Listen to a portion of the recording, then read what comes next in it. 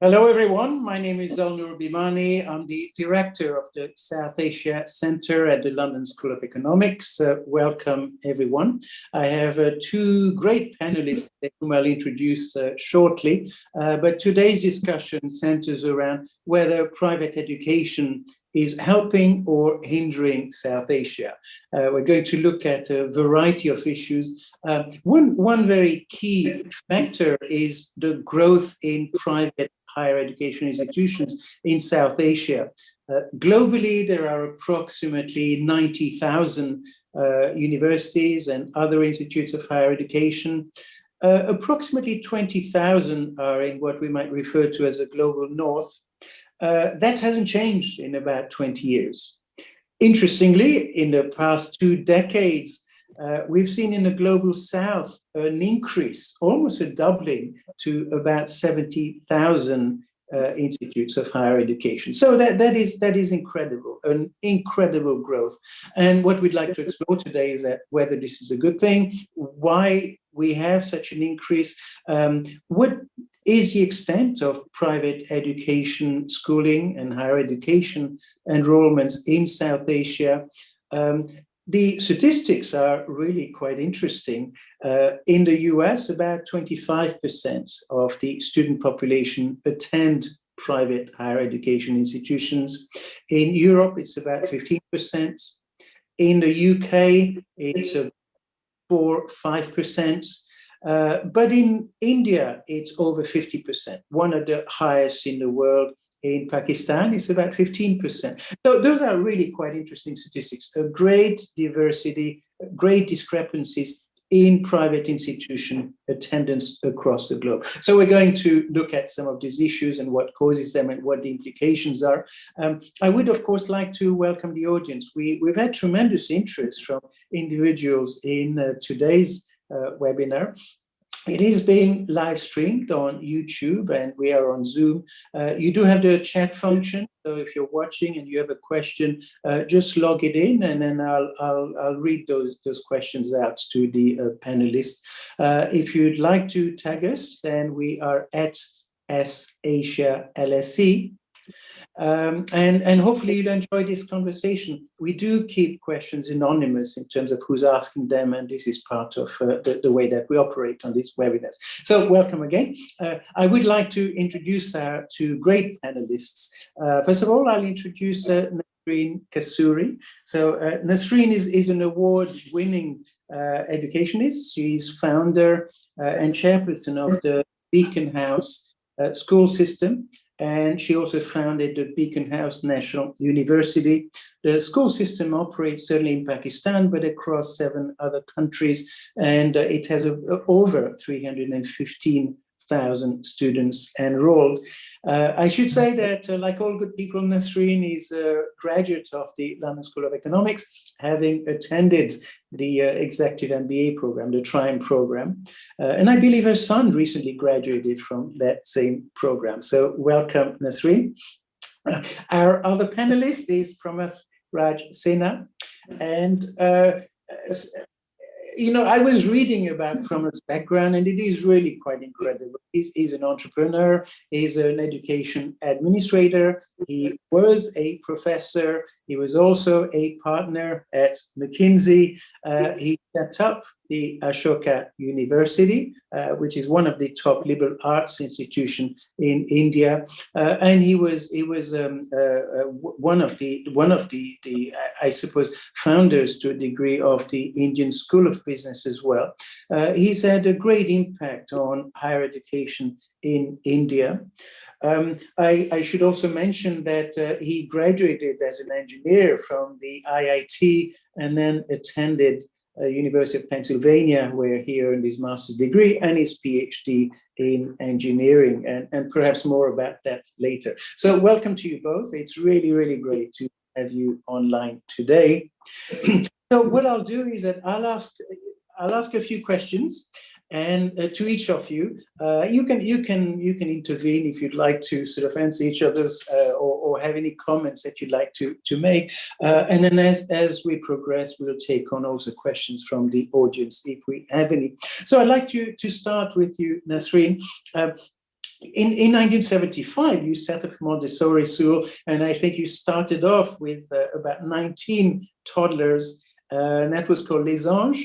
And that then grew and grew into a major school system, so the Beaconhouse school system, which, as I say, has approximately or perhaps over 315,000 students today, probably the largest in Pakistan and perhaps in South Asia as well.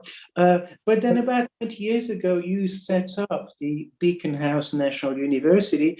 And what I'd like you to take us through is what led to you setting up a school and then progressing on to setting up a university. Well,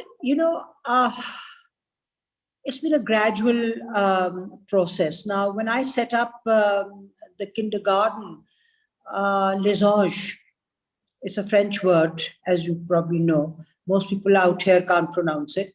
But because I could, so I thought everybody else could, and I discovered to my cost that no, they couldn't.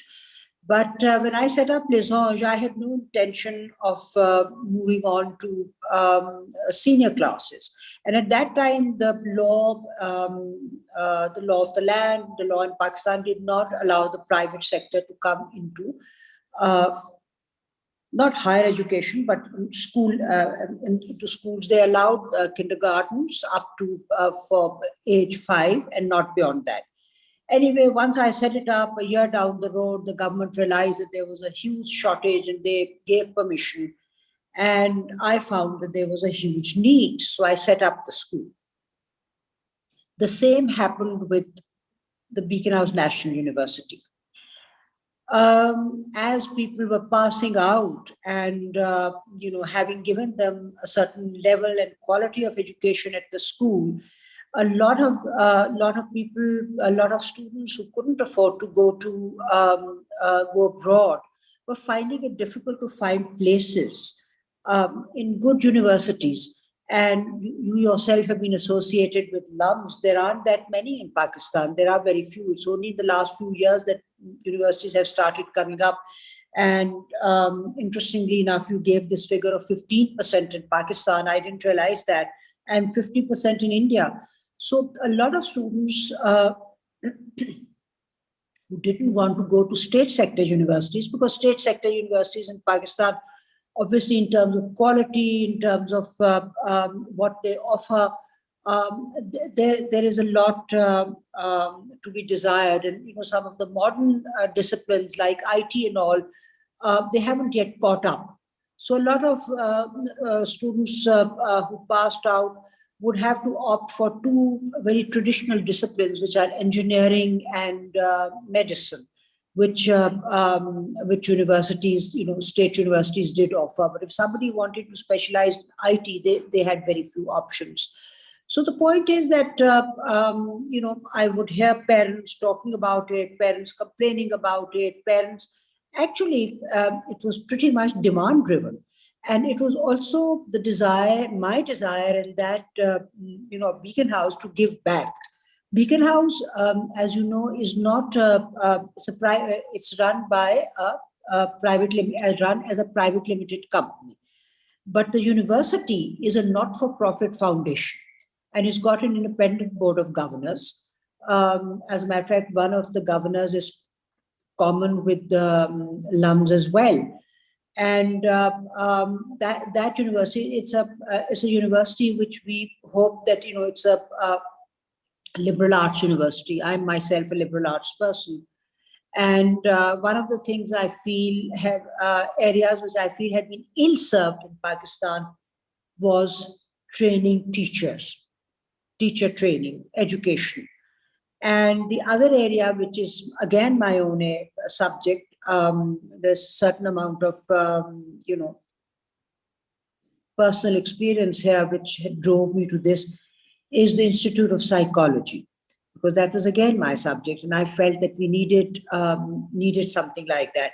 Besides, of course, our flagship school is the School of Art and Design, as you probably know about it, and then the School of Communications and the School of Business is the latest one that's come up. So this is it's a not-for-profit university. We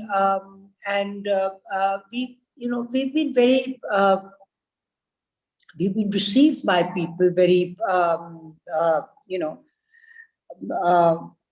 they felt that we were filling a void. And we have the School of Information Technology also, which is the need of the day. So we feel that we have been able to fill a void that the state sector universities have not been able to fill. And students who were opting for these disciplines have found us to be an option that they've used. So, when you say that does private higher education help or hinder South Asia, I will very definitely feel that it doesn't hinder in any way. If anything, it does, private education helps South Asia. You can see with India at 50%, and Indians doing as well as they are all over the world. Most of these are people products of your IITs. A lot of them are products of the IITs that were set up by Nehru in the early years. So this is something which it hasn't hindered them; it's helped them. And I think the more private sector universities come into Pakistan, the more the more it will help, because the public sector universities are not able to carry the entire NEET requirement. It's a huge middle class in Pakistan.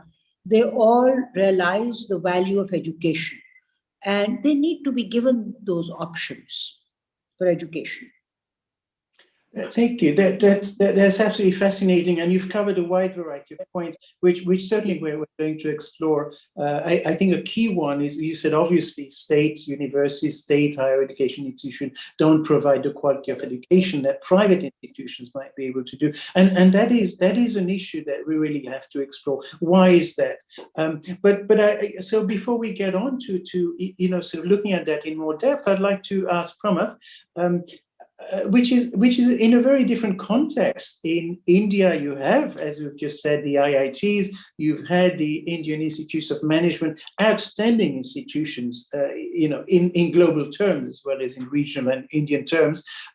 Why did you feel a need to set up Ashoka as well as the Indian School of Business, both of which have now become top-class universities? But why was there a need, given the already quite distinguished universities that the state had already sort of built up?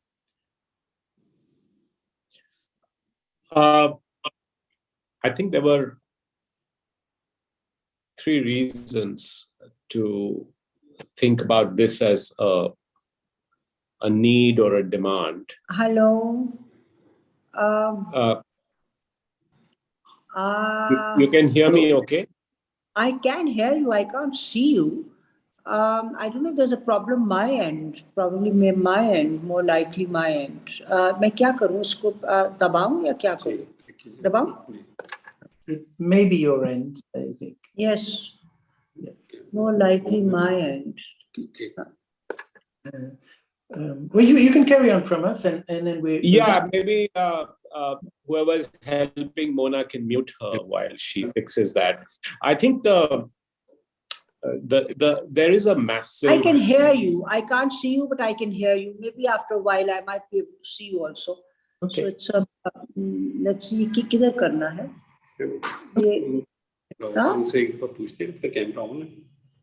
So you could put yourself.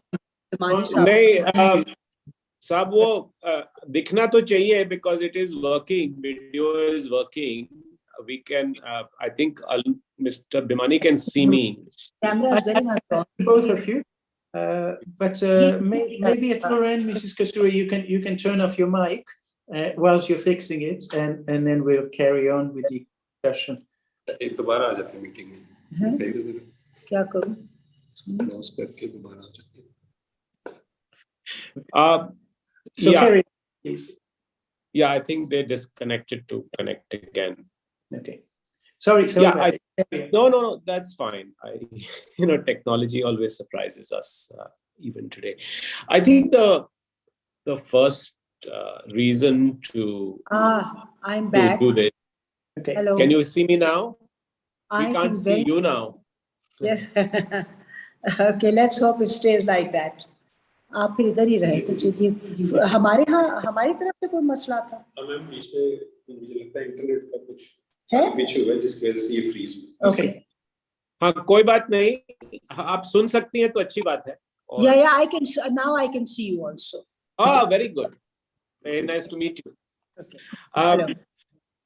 So as you were saying, I think there are three reasons why we felt the need to sue this. Number one, you see, in India at least, we have a massive supply-demand gap. Only 1 in 4 young people get to go to college in India. This figure of the statistic that people track, which is gross enrollment ratio, GER.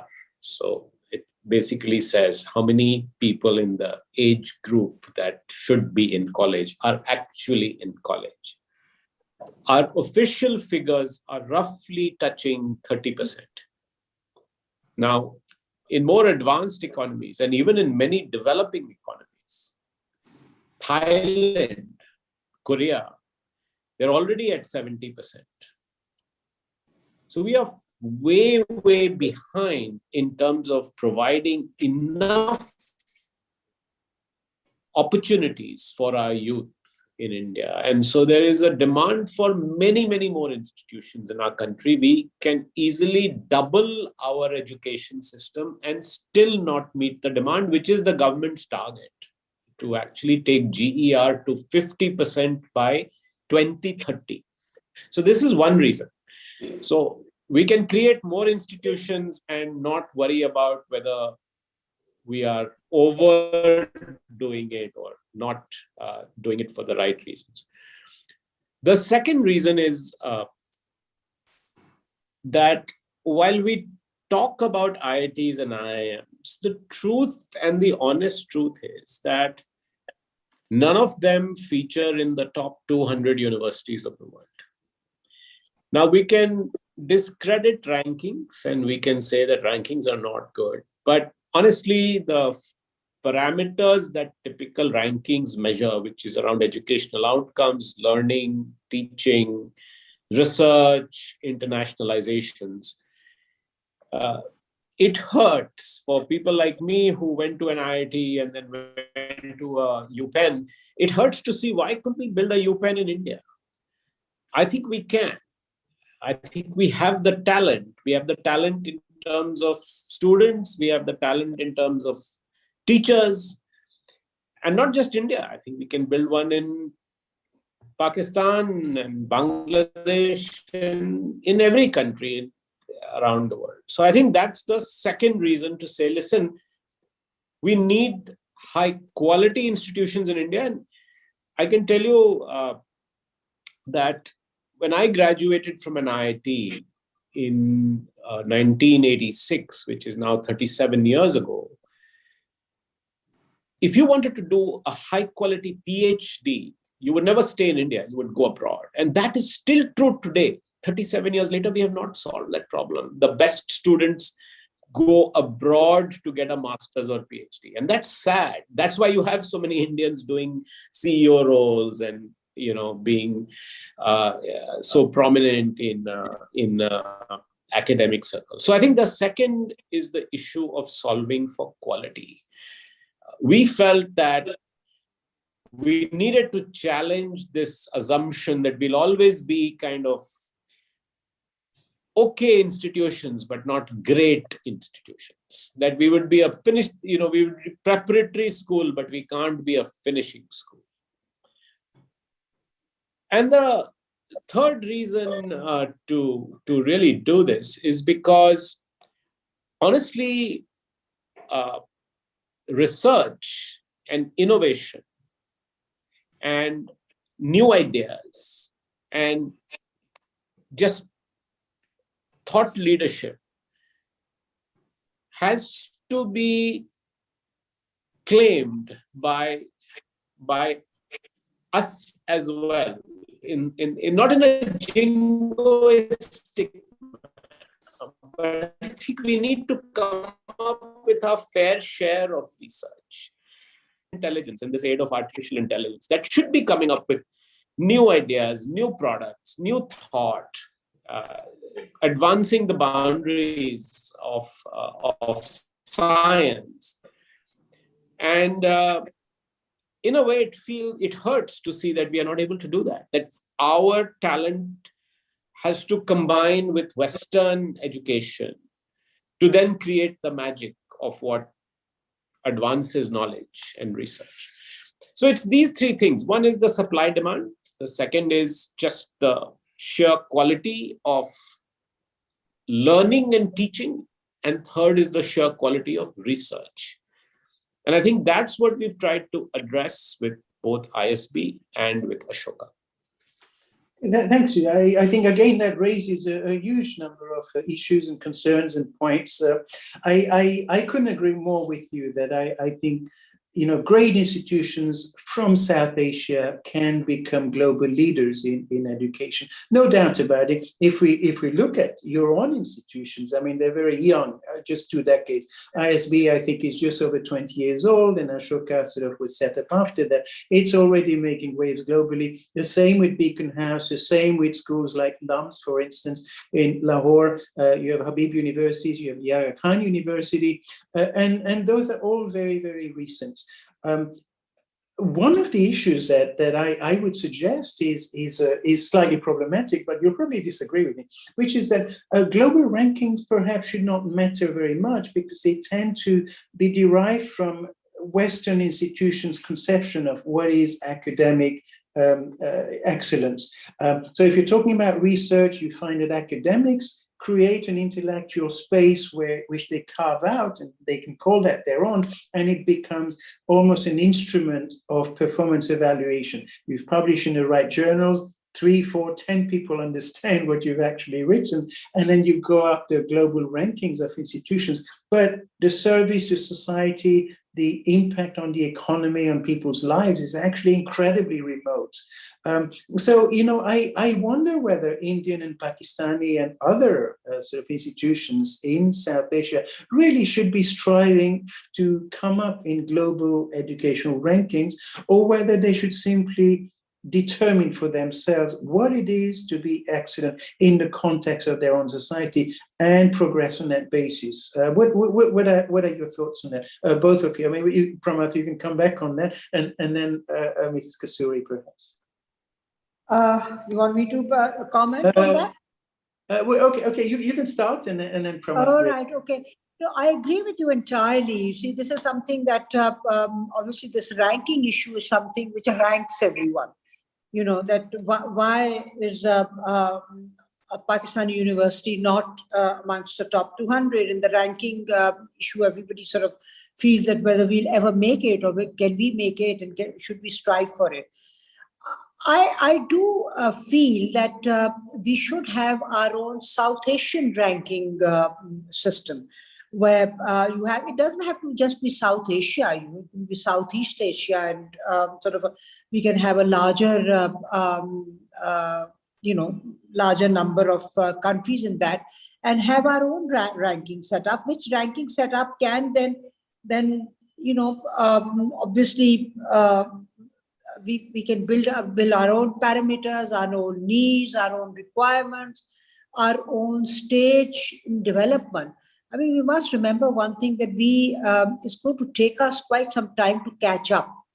I mean, I know that we're all in a hurry. Everybody's always in a hurry. But it will take us some years to catch up with the West. And, there's no reason.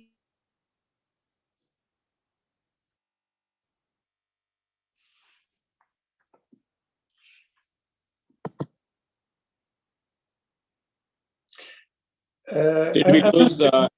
Yeah, I think your screen's just frozen, Mrs. Kasuri.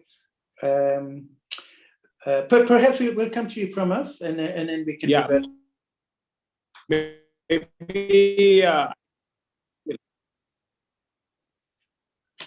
Yeah, this not just us, but people even in the more advanced countries and some of the top. And the question always is, should you chase rankings? And I don't think it is about chasing rankings. But Sorry. I have to tell you that at ISB, for example, and you refer to them, to us, the only reason I'm here is that literally within 6 years of our starting, we became a 20th ranked MBA program in the world in just 6 years. We actually climbed up to number 12 in the world. I dare say that we have actually slid back in that list to being in the top 40 in the world. We are in the 30s now. Sure. Like every day we are saying, do this, do that, game the system. That's not what I'm advocating. And I only used ranking as a point to make a point about quality. I think there is some truth to the fact that as to why we are not in the top 200. Honestly, our faculty are not focused on research because in our countries, there is such a strong need to teach in the classroom that our faculty don't get the luxury. I used to be a faculty member in the West. I was at the University of Pennsylvania. I was at University of Toronto. I know how things work. And of course, setting up Ashoka, teaching load is a huge issue. Right? The amount of teaching that unfortunately IIT and IIM faculty have to do, you cannot expect them to perform at international levels. It's just impossible. It's unfair to them.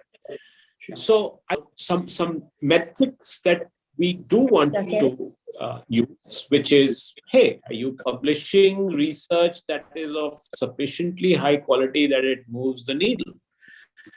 Now, of course, you have to account for the fact that the Global South does not get its fair share of attention, of recognition, and so on. But the truth is that we have a long way to go in terms of taking our institutions to a level that really will make a difference to the world. And I think that's the measure. Forget ranking for a minute. Are we truly creating innovation, even for our own people? Even if we were to create our own ranking, would we actually say that we are doing original research? Are startups really creating innovative technology and new ideas that are going to revolutionize the world? I think we have the of our capabilities. I'm just saying we have to enable that our people don't need to go to the West to make that innovation happen. We can make that happen right here in our own countries, in any of these South Asian countries. So I think that's the key thing to focus on. And this was happening before. I mean, if you look at the long history of innovation, of education, Takshila was actually in erstwhile Afghanistan and Pakistan. And people talk about Bologna as being the first university of the modern times, but most people have forgotten that the best liberal arts education was actually available in Takshila. And that's why people from all over the world came there. We talk about internationalization of education today. We had already internationalized education. And I'm not saying this in a jingoistic manner. I'm just trying to make the point that we can do this. And that's all we are trying to all. Sure. Thank you. Did you want to come back, Mrs. Kasuri, and finish your point? I am there, but I'm sorry, it distracts me. It's sort of, I think there's a problem my end, probably. Thing. And I'm not quite sure where I was when I got blocked out. I was talking about the ranking thing. That's right. we were talking about ranking. Basically, I feel that it is going to take us time in terms of catching up with the West when it comes to ranking, because those universities have been there for hundreds of years. And I look at BNU, and we completed 20 years in September. So I don't think I should be striving to compare with a university which has done 200 years. But my problem that I face with the BNU faces is the fact that we do not have the type of faculty that we need to take us to the next step. There is a faculty shortage. I think, Alnoor, you'll probably agree with that because you spent time in Pakistan. And there's an issue of faculty. Good faculty seems to gravitate out of Pakistan, go out of Pakistan. It's a better life, safer life out there, and that's how.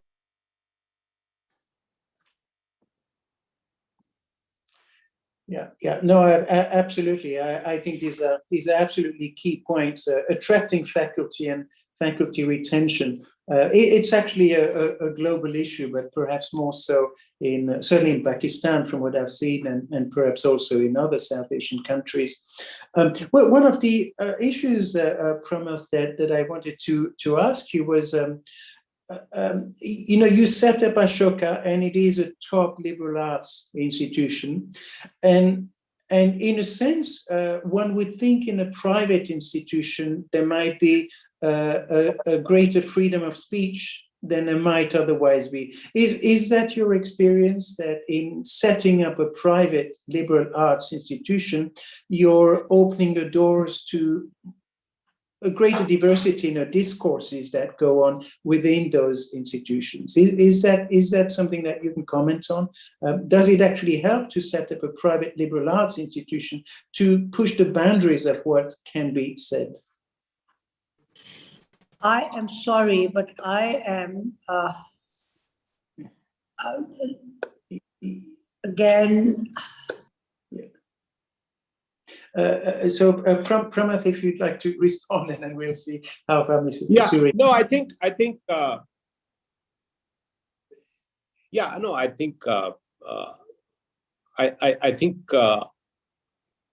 obviously a liberal arts university cannot be a liberal arts university unless it actually offers academic freedom to both faculty and students. I'm not sure it's so much a public versus private issue, honestly, because I think traditionally, even public universities in India have had lots of academic freedom. So I don't think it's a public versus private issue. And I'll tell you why. Because honestly, in our part of the world, there are no truly private universities. I think what people often make the mistake is of equating an Ashoka. While honestly, Ashoka is not a Princeton, Yale, or Harvard in its true sense, because we are a Haryana state. We are a private university that was created by the legislation of the province, the state of Haryana, not even the national government. So the Haryana government, the government of Haryana is a key stakeholder, even though they do not put any money into us. But they require certain, they have a certain set of regulations that we have to apply with. There is no true private university in India. So I do want to just make the point that there is this private versus public distinction has to be viewed a little bit with some nuance. It's not quite the private versus public in the US or in other parts of the world. All universities in India are actually public universities, and some of them have independent governance and private funding, somewhat more autonomous than the higher education civil servant of that. And I do have to comply with the rules of the University Grants Commission and the higher education. I actually have to start a new master philosophy. I can't do that. I have to actually first apply for permission to even start a master's program, a traditional 2-year master. Control Princeton, Yale, or Harvard, or a new university in any of those places in America or UK. Australia doesn't have to do that. So I think this is the first thing to understand, that the distinction that people often make between public and private in South Asia is not the same as the public and private distinction in the other parts of the world. Now, the issue of academic freedom, therefore, in effect, it actually is the same for all of us, whether we are public or private, quote unquote, because underlying the core of it is still very much public and only public.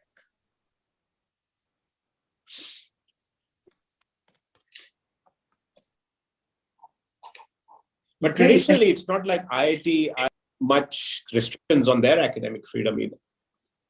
Sure. Yeah, no, I mean, it raises an interesting point as to whether private institutions may be set up purely from a commercial angle. There's a big void, there's a market to be met, and therefore you mount courses and programs that perhaps speak to what the market requires, and so attracts more students. And then there are in a sense, the bigger institutions which are set up by philanthropists to, enable a more discursive understanding of society and the issues and so on. And so even within that, I think there's a wide spectrum of what is a private institution about. And I think the point that you've made is that perhaps a private institution in India is not exactly operating on the same principles as one in the US or in the UK. And I think that's an excellent point that you've made. I wonder whether you feel that sometimes the politics of the nation can hinder the academic impacts that a higher education institution can potentially have.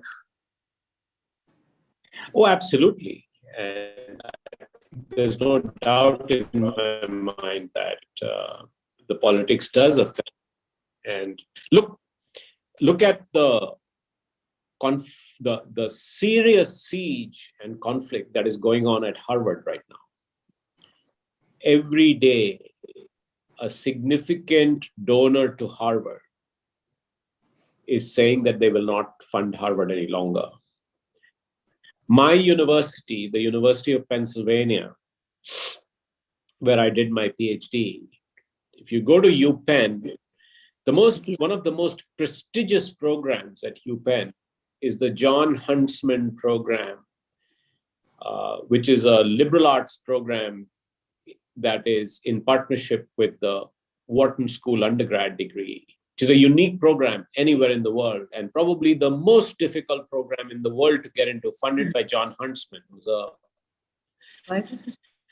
Penn alum. And coming to the point as why I am telling you the story. What most people don't know is that the Wharton School, which is one of the most famous business schools housed within the University of Pennsylvania, actually operates in Hall, which is an iconic building, again funded by John Huntsman. John Huntsman last week wrote a letter saying that he's going to stop all funding in the future to the University of Pennsylvania. The president of UPenn was forced to write a public letter. It's not politics around the world is affecting the functioning of universities. Now, why should, if you really step back from all this, why should conflict in another part of the world affect the functioning of university. Nothing changes in the university for the students, for the faculty. People are still teaching their courses, people are still doing their research. Commenting on something that is happening in another part of the world is being held against you for your primary donor to say, I'm going to stop funding that I've been doing for years. And your primary alum, not just. So listen, this is affecting all of us. And of course, it will affect universities.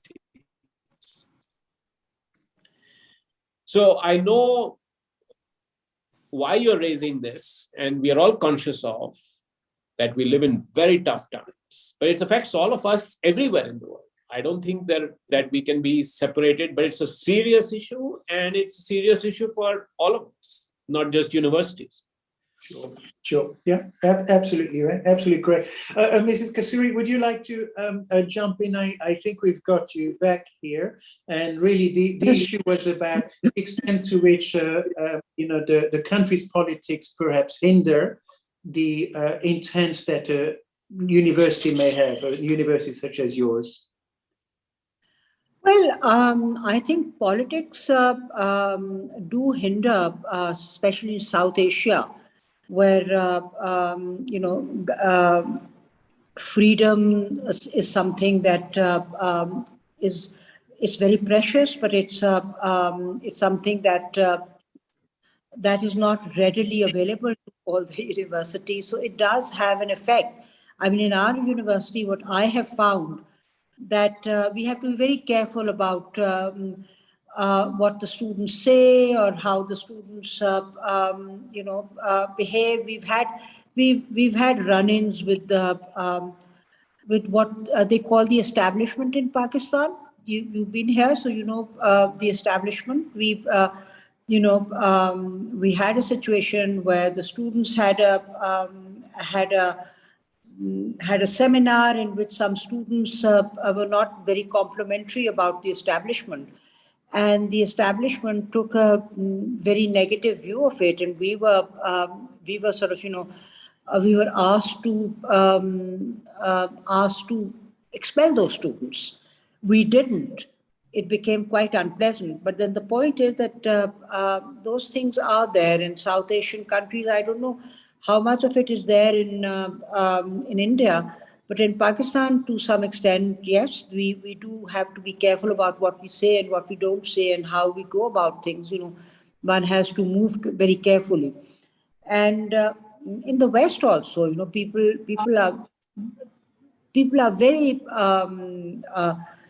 very opinionated when it comes to issues. Now, for instance, you take the war between Israel and Hamas at the moment, and it's a very touchy issue.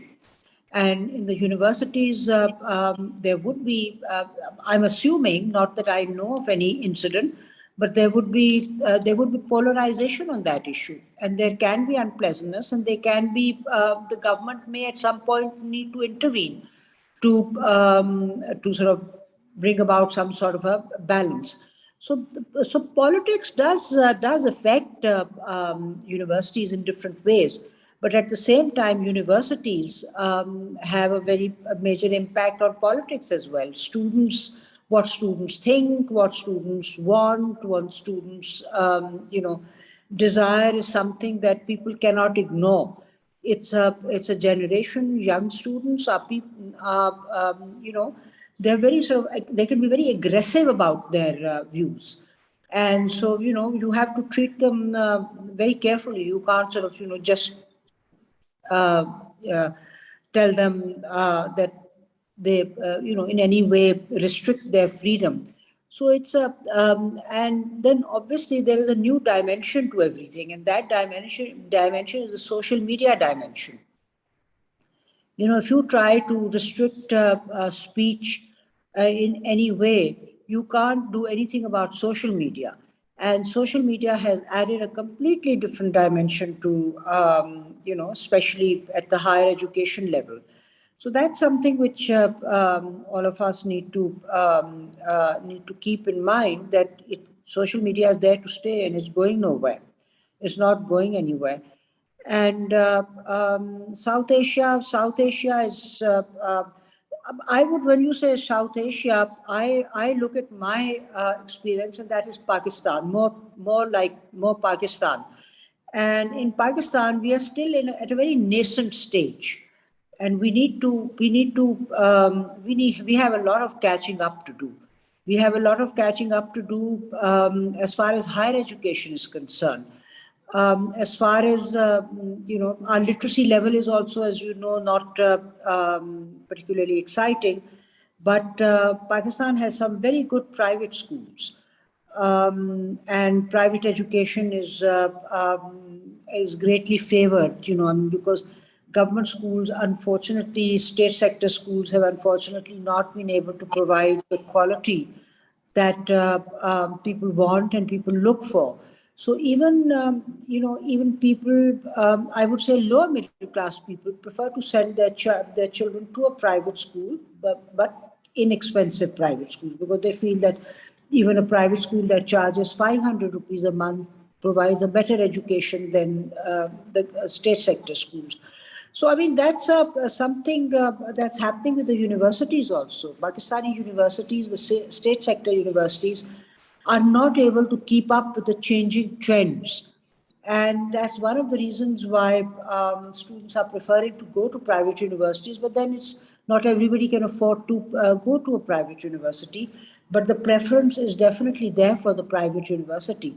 So you see, when you talk about hindering, private universities are no way hindering education. If anything, they are promoting education. They are giving people, an opening and an opportunity which they would not have otherwise. Thank you. Thank you. Within that conception of private institutions promoting education and the impact on society and so on, most commentators would suggest that we're moving into an environment that is increasingly risky and uncertain. We have an ongoing wars. In fact, there's political unrest. We have health and mental issues that are on the rise, environmental climate concerns, food shortages, supply chain problems, and we've had to top it all the pandemic recently. So the world is moving into an environment where people become more and more vulnerable to what is going outside their space. If we think of private institutions as being beneficial, be it in India, Pakistan, or other countries in South Asia, what more should they be doing to prepare their students to cope with that complexity that we're seeing is on the rise across actually the globe? And if you'd like to comment, and then Pramath can perhaps comment as well. Me or? Yes, no, please go first, yes. Sorry? Yes, please do. You want me to come? Yes. Oh, there is a lot that private universities can do, and I feel that they are doing it, not just universities, but at the school level, because the consciousness about environmental issues and about health issues and all those things, they should be part of the curriculum. They need to be part of the curriculum. Students need to be made aware of those. And as they're made aware of them, then obviously we are in a better position to address those issues. Most the issue in our part of the world, when I say our part of the world, I'm more specific about Pakistan. People don't have that awareness, and they don't have that awareness because most state sector universities or schools will stick to a very narrow curriculum, and they feel that that's the curriculum that they have to impart to the students, and they will not look left or right. I mean, there's nothing other than that they will offer the student, and this is so that is why even people whom you call educated, they've done a professional degree or something. Their environmental awareness and awareness of the issues that face the world, not just Pakistan, they face the world. Climate change is something which is an issue for the whole world, and they're not aware of that, and they're not aware of the role that they can play in that in that thing, because you see they're not exposed to any of that. They come out of school and they come out of the university having been exposed to a very narrow curriculum. So that's something I think the private sector universities can provide, that greater exposure in those areas. Those are major problems. You mentioned the pandemic. I haven't in my lifetime experienced a pandemic like that. And it's and maybe it's not the last. Maybe we'll have more coming up. They keep talking about pandemics. I mean, I think in my view is that basically it's an overpopulation issue also. It's an overpopulation. Yeah, good. Yeah, okay, good. Yeah. Pramath, do you want to comment on that? Sure. I think that Dr. Bhimani, the big challenge is that we have veered and swung to creating specialists. And while specialization and expertise is important, I think if you look at the challenges that we faced, it requires very much a far more holistic systems approach to solving problems. So for us at the institutions that I'm involved in, we feel that if the brightest minds in our country are not taking a holistic systems approach to solving for climate or health or governance or poverty, then we are failing future generations. Because if we train people in just being very solid in a particular area of expertise without appreciation of how that impacts other areas and how that connects to solutions that are holistic,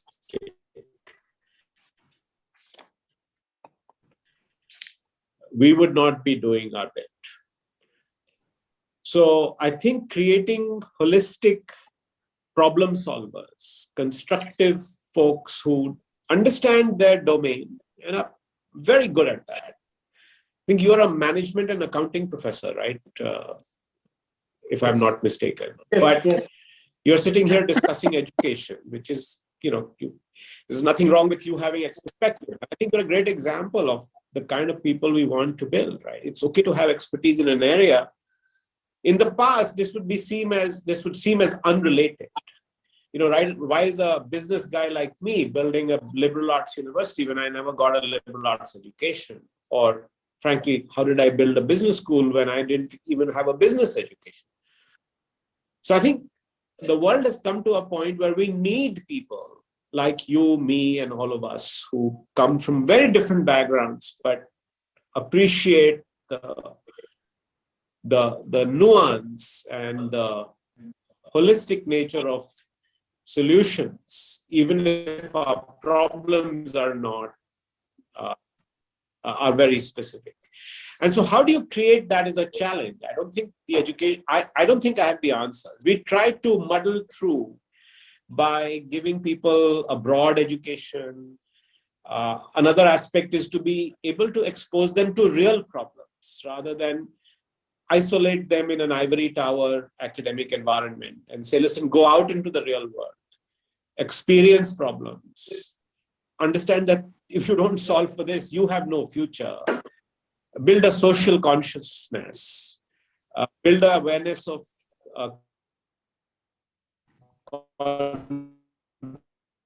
contributing back and understanding that you are privileged and you have to do something for your community. So I think we are all grappling with this. I don't think only education can solve this problem, but at least we have to do our bit to solve the problem. And I think that's the best way I can answer your question. Yeah, absolutely. I couldn't agree more. I think, the idea that, we live in a world full of integrated complexities, and to have an education that is micro-focused in one area probably doesn't do justice to our young minds in coping with those interdependencies and so on. And it's probably right to start at a very early age, not just university, but school-based systems, to appreciate diversity, to appreciate different individual views. The LSE, as I know Mrs. Kasuri will know, is perhaps the most international of universities globally. And I think most students, after, if it's a year or 2 year or 3 or 4 year program, come out having a much bigger sense of different conceptions of how you tackle a specific issue, because you have different minds from different perspectives and different backgrounds coming together looking at the same issue. And I think that has to be potentially one answer to trying to grasp the complexities of a world where we train people not just to have knowledge, but to be able to come up with solutions in the context of growing complexity. So I completely agree with you. What I wanted to then touch on a little bit more, and I know this is your forte, Pramath, given your educational background, at a quite an early time globally, you studied robotics and automation. You did a PhD in the area. I think at one stage you said that you never wanted to be an engineer, but then you ended up doing undergraduate masters and a PhD as effectively in engineering. But in the context of what is happening today, I think we're moving very quickly into generative AI, into the use of GPT. I was looking at a survey recently of postdoctorate individuals across universities, and 1/3 are saying that they use ChatGPT to enable them to progress their research, how to write papers, how to present material to students, and so on. So AI is very, very, very rapidly changing. The term GPT was almost non-existent 2 years ago to most individuals. Today, everybody's talking about it. I wonder whether, starting with Pramath and then Mrs. Kasuri, whether you can comment on how you think higher education institutions should be taking up the challenge of introducing the notion of AI as a beneficial force for humanity through the education programs that you're mounting at universities. So Pramath, if you can comment on that first, and then Mrs. Kasuri. As far as AI is concerned, I think Dr. Bhimani. Yeah, I don't think anybody is going to have a choice. It will have to be part of the whole thing. I mean, we may think that we have a choice of whether we're going to introduce it or not, or how we're going to use it. AI is going to tell us how it's going to be used, and AI is going to become part of everything. It's only just come on. It's very scary also to some extent. I'm not quite sure how to react to it. Sometimes I feel that it's like a miracle and it's wonderful, and sometimes I feel that, my God, how are we going to control it? How are we going to control AI in the hands of people who can use it negatively? Because technology is something that you can't keep away from anyone. Everybody has access to it. So this is something that, to be honest, I'm still sort of, in between that stage where I'm not quite sure what to think of it. But, it's there, and it's there to stay, and it's there to grow, and it's there to sort of, find its way into every aspect of life. So it's a wonderful thing, but then the point is that I, as a teacher, when I look at it as a teacher, I feel that when my students come, I give them an assignment. They come and they put the assignment in front of me. I don't know whether they've done the assignment or whether AI has done it. And how will I find out who's done that assignment? You see, earlier on, it used to be a case of maybe daddy's done it or mama's done it, but now there's AI there also. So how are we going to do that? So I'm very unsure about it so far at the moment, whether to be happy about it or to be scared about it. Thanks very much. One comment that I might make in terms of what you just said, a young student presents a piece of work and you don't know whether it's AI or whether they've done it. Maybe a question to ask is, does it actually matter? The student produced it with or without AI's help, but if it makes sense, then it's probably an advance in that the student is able to use AI to produce something that is worthwhile reading. But of course, these are big questions, and I wonder, Pramath, what your opinion is on this. Sorry, the last bit you said was? Oh, I was just commenting on Mrs. Kasuri's point that if a student produces a piece of work and you don't know whether it's AI generated or whether they've thought my sort of question was, does it actually matter if it is a good piece of work wherever the input has come from? The student has produced a good piece of work, and AI, as you say, it's going to be with us. AI is everywhere and it's ongoing, and we can't stop it. So why not integrate it into every transaction, be it a student one or otherwise? But Pramath, you might want to comment. I completely agree with you, Dr. Bhimani. I don't think you're going to be able to fight this. And I think we will have to evaluate students' submissions differently in the future. So if it comes to organizing ideas and thoughts, for example, I would often look at a student's submission and say, how well have they structured this? Or how well have they, how much content, or have they really done the research? Now you can actually go and solve both those problems. I use ChatGPT all the time. Sure. But I also think that while the level of output will generally go up, you will still be able to discern whether something is better than something else. Sure. And that's all we do today, isn't it?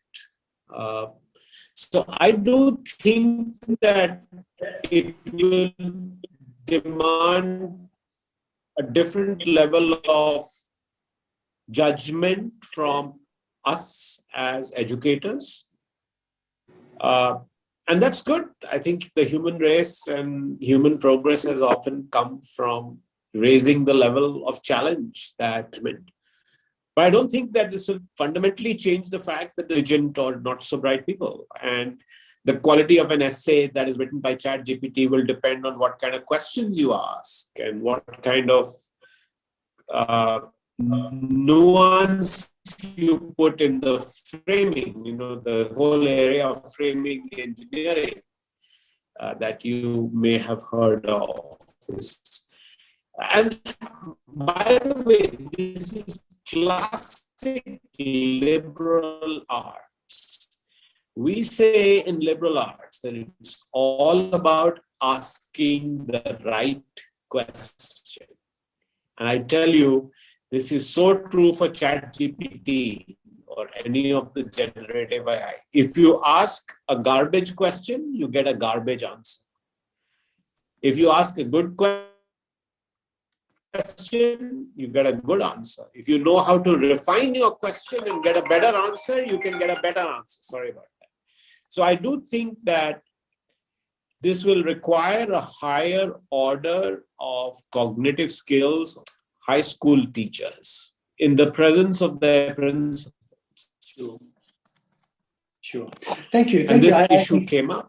That's good. And I think the first thing you do to counter this is make sure that each of your teachers has a ChatGPT account and they start playing with Chat. They first have to understand what is the capability of ChatGPT, because they're not going to police their students who will go home and their parents will help them do. You can't stop parents from writing essays for the kids by going to ChatGPT. You need to understand what ChatGPT can do so that you can actually discern what is good essay and what. Okay, yeah. Are you still able? No, absolutely. I mean, I think when you say garbage in, garbage out, that's absolutely right. And that's always been the case in education. I wanted to ask a last question as we're coming to the end of our webinar. And this is a broader question, maybe a personal one. You both set up higher education institutions and you both impacted the country educationally, India, Pakistan. I wonder, what would you like your legacy to be seen as? Maybe spend a minute on saying, how would you like to be remembered for your efforts educationally? Perhaps Pramath, you can speak first. I think it's too pretentious of me to talk about legacy, but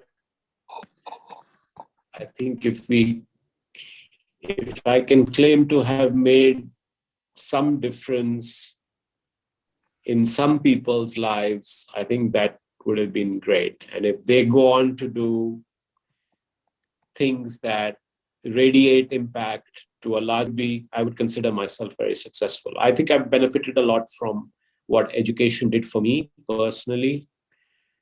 I've seen that happen to lots of friends and family around me. I think we are very privileged to have been born in an environment that allowed us to access high quality education.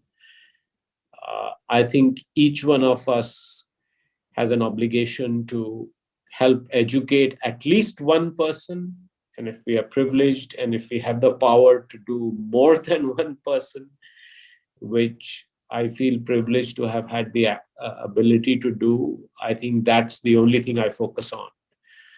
If I can also in the process create an institution that will survive generations, that will put India on the map, I think that will be added bonus. But at the end of the day, I'm not fighting for that.